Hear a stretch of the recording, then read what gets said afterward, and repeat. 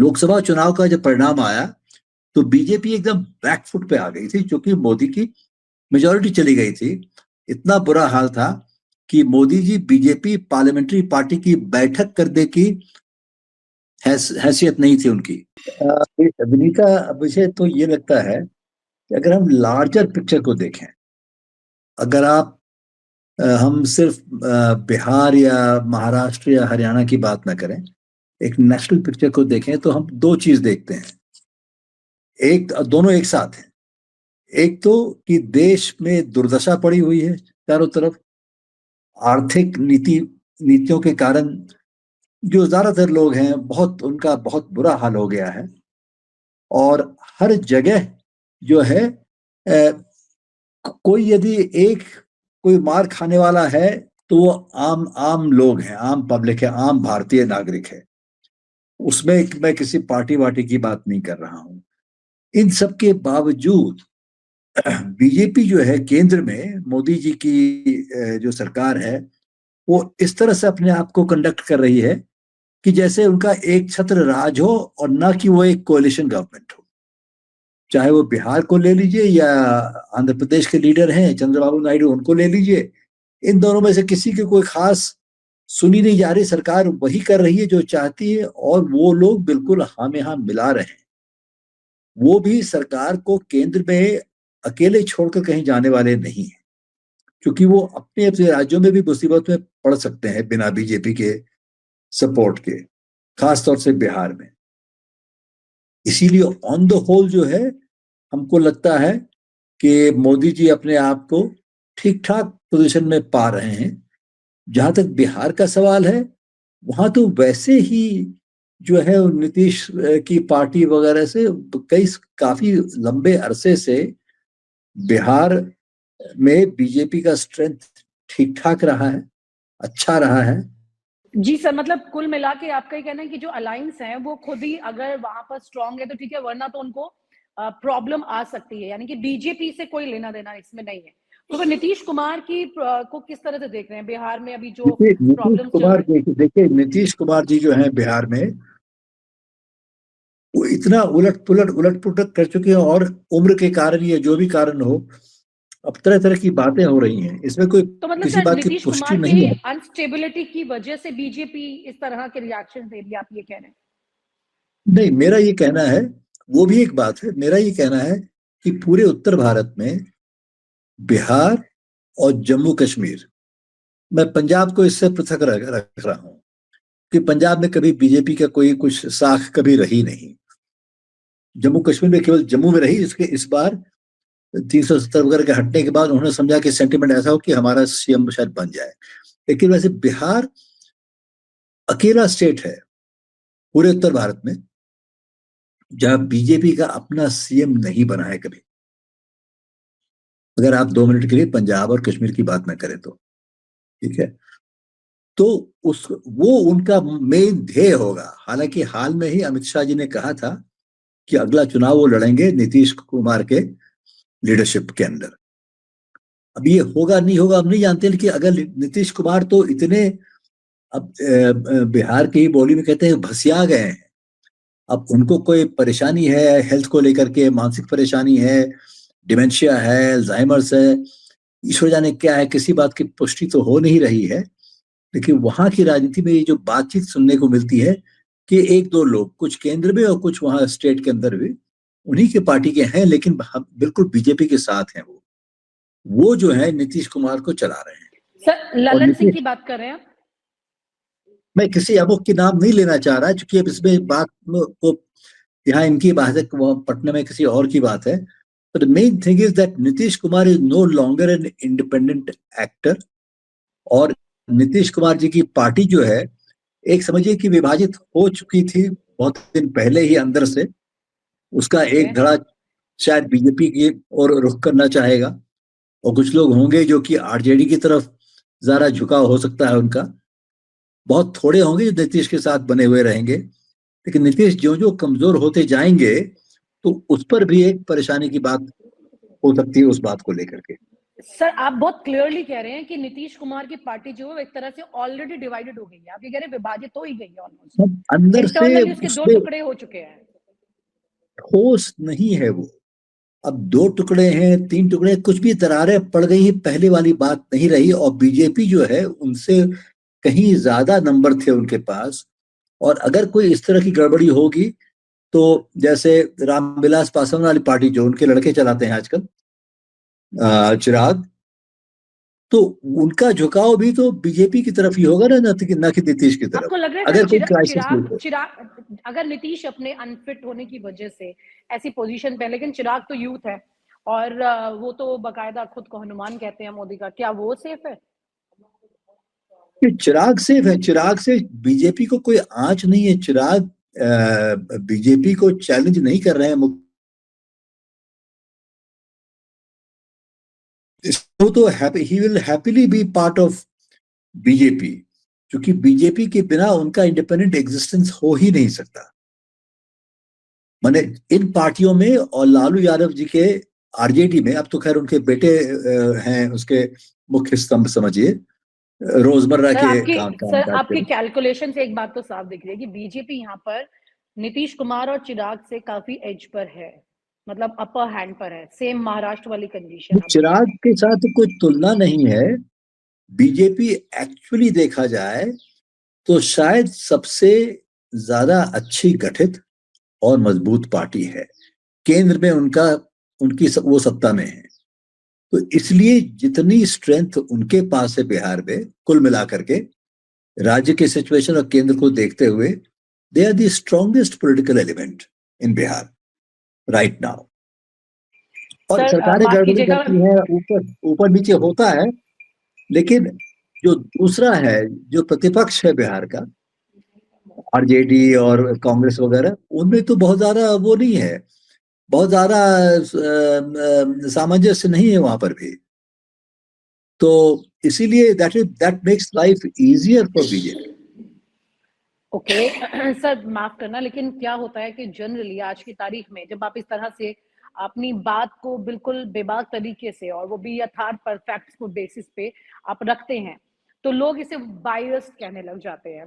तो जो बात अभी कह रहे हैं आप वो ऑलमोस्ट ऐसी लग रही है, और हमारे व्यूअर भी इस बात पर सवाल करेंगे। तो मैं ये चाहती हूँ एटलीस्ट आप ये बात जरूर क्लियर करें, क्योंकि मैं आपको जानती हूँ और बहुत लोग जो जानते हैं जर्नलिज्म में कि आप बिल्कुल अनबायस्ड बात कहते हैं और बिल्कुल तथ्यों पर बेस्ड कहते हैं, चाहे राहुल गांधी हो या मोदी हो, जिनको जो कहना चाहे है आप कोई हो, कहते हैं। मतलब यस। मेरी तो अपनी रुझान कहीं भी हो, लेकिन अगर एनालिसिस कर रहे हैं हम कोई चीज की, तो आप जो है सामने दिख रहा है उससे आप मुंह तो नहीं छुपा सकते। यानी कि बिहार मैं कह रहा हूँ में। कि अभी हाँ। अभी जो है, हम्म। देखिए चुनाव में तो लगभग साल बाकी है। अक्टूबर नवंबर में होंगे चुनाव बिहार में।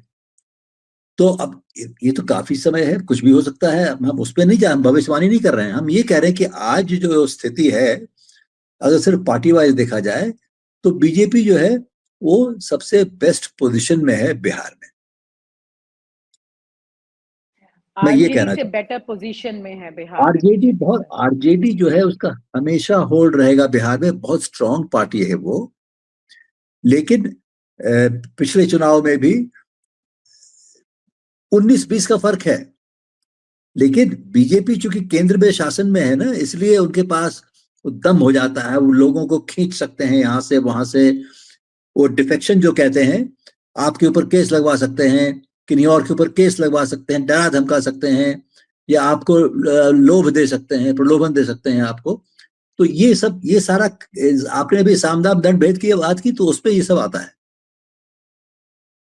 जी सर, यानी कि कुल मिलाकर के इस वक्त बिहार की जो परिस्थिति है वो चुनाव से पहले बहुत क्लियर परिप्रेक्ष्य में जा रही है कि किस तरह से बीजेपी जो है वो अपनी प्लानिंग में बिल्कुल सुदृढ़ है, उसमें कोई कमी नहीं है लेकिन यहाँ पे। कहने का ये ये मतलब कि आप कह रहे हम चुनाव के पूर्व संध्या पर तो नहीं है अभी। अभी पूरा साल है, 10-11 महीने हैं।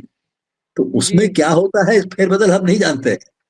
क्योंकि मैं इसलिए ये बात कह रहा हूँ, और ये बहुत जरूरी है, जो जो कि हमारे डिस्कशन में आया नहीं है आज तक। मैंने किसी पेपर में नहीं देखा, किसी कहीं और भी नहीं देखा, कि देखिए 100वां बरस होने वाला है आरएसएस का अगले साल।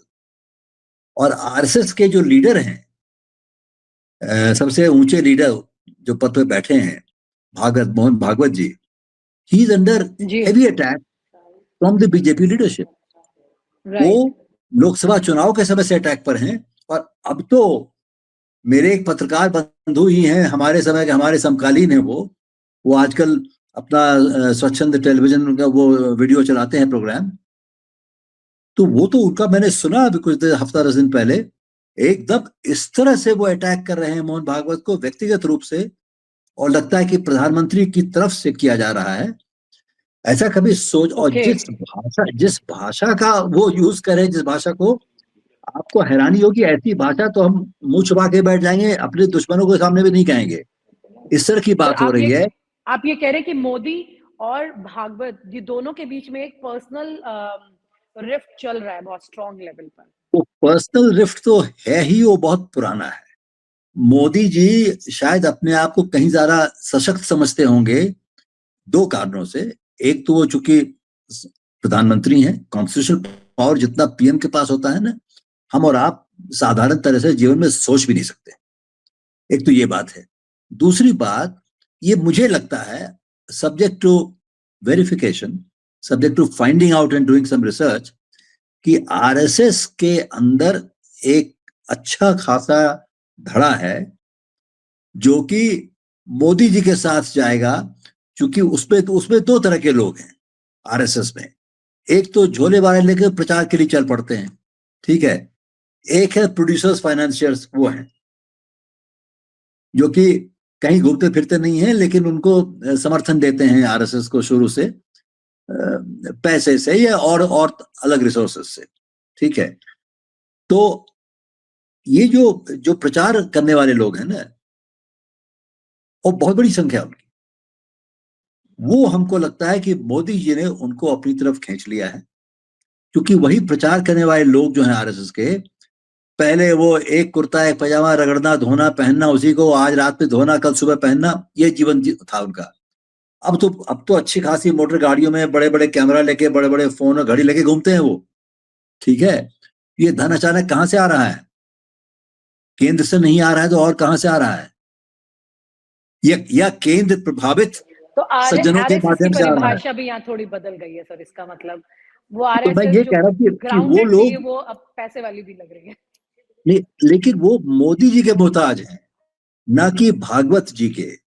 चाहे उसकी जो हायरार्की स्ट्रक्चर आरएसएस की जैसी भी हो, 100वां साल आ रहा है, क्या वो, अब मोहन भागवत की मंशा क्या है ये मुझे नहीं मालूम, लेकिन तरह तरह से उन्होंने बार बार कही है, कई कई अपने कई भाषणों में पिछले 3 4 5 महीने में, कि हर मस्जिद के अंदर मंदिर ढूंढने की आवश्यकता नहीं है। और इससे ये भी लगता है कि वो हिंदुत्व का जो वो है, कि जो मशाल है, अगर आप समझिए उस रूप में उसको देखिए, तो कह रहा है उसको उसके धारक मोदी हैं, ना कि कोई और। तो लगता है कि अपने जो उनका जो सार्वजनिक जीवन है पॉलिटिक्स का, मोदी जी और उनकी सरकार का, वो इसी पॉइंट पे हिंदुत्व को, कम्युनल पॉलिटिक्स को और भी धार देने की तरफ जाएगा केंद्र में, और जहां जहां जहां इनका इनका वो है, इन्फ्लुएंस है सब जगह। तो उस रूप से अगर देखा जाए तो हमको लगता है कि उस उस तरह की पॉलिटिक्स का सामना करने वाले जो भी लोग हों, आज उन मोदी जी के निगाह में वो कुछ कमजोर पड़े हुए हैं, कांग्रेस पार्टी और उनके अन्य साथी, जो कि इंडिया अलायंस के नाम से जाने जाते हैं। अब ओके हमें लगता है कि उसको वो कम पा रहे हैं। महाराष्ट्र और हरियाणा में चुनाव के जो परिणाम हुए, चाहे रिजल्ट छद्म से ही क्यों ना आए हों, लेकिन कॉन्स्टिट्यूशनली उनको माना जाएगा, ठीक है। अभी इस बागडोर महाराष्ट्र की बीजेपी के हाथ में, हरियाणा के बीजेपी के हाथ में है। लोकसभा चुनाव का जब परिणाम आया तो बीजेपी एकदम बैकफुट पे आ गई थी, क्योंकि मोदी की मेजोरिटी चली गई थी। इतना बुरा हाल था कि Modi ji BJP parliamentary party की बैठक करने की हैसियत नहीं थी उनकी, कि जितने एमपीज उनके नए चुन के आए हैं उनसे अपने नाम का समर्थन करवा लें कि ये हमारे लीडर हैं हमारे ब्लॉक के। उन्होंने एनडीए के लोगों को बुलाया, और वो अगर अगर आरएसएस दूरगामी होती, सोचती उस तरह से, तो हो सकता है कि मोदी जी के लीडरशिप को उस समय चैलेंज करना चाहती तो कर सकती थी, लेकिन उन्होंने वो दम नहीं दिखलाया। और चूंकि उन्होंने दम नहीं दिखलाया, इसलिए मोदी जी समझ गए कि ये दब्बुओं का खेमा है भागवत जी के अंडर और असली ताकत मोदी है।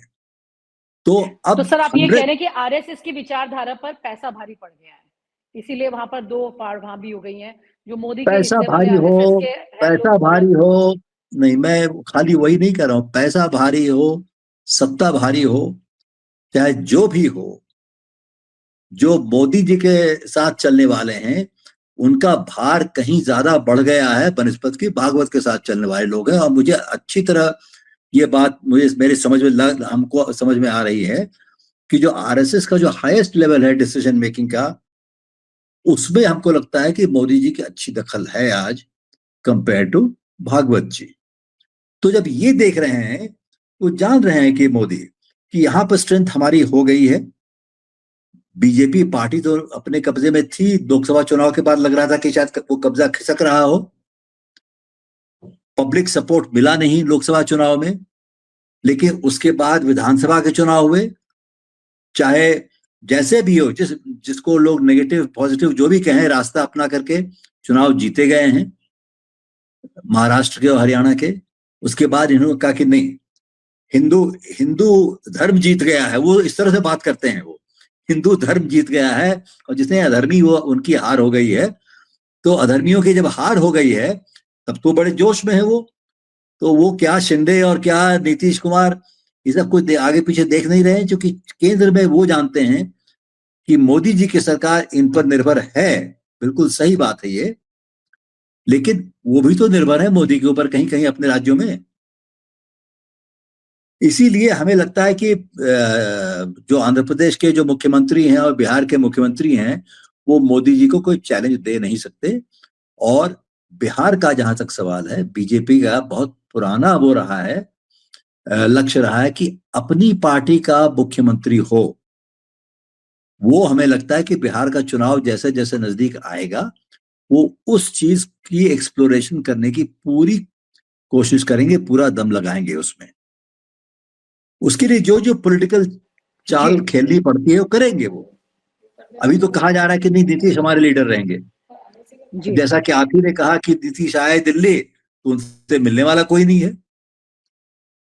एक बात पे कह रहा हूं, तो ये सब तो पॉलिटिक्स में चलता रहता है ना, ऊपर से कुछ अंदर से कुछ, दिखावे के लिए कुछ, दिखावे के लिए मोदी जी जब आए पहली बार तो पार्लियामेंट में घुसने के पहले अपने माथा टेका वहां जमीन पर, और पार्लियामेंट की एक मर्यादा नहीं निभाते हैं, आते ही नहीं है। जी सर।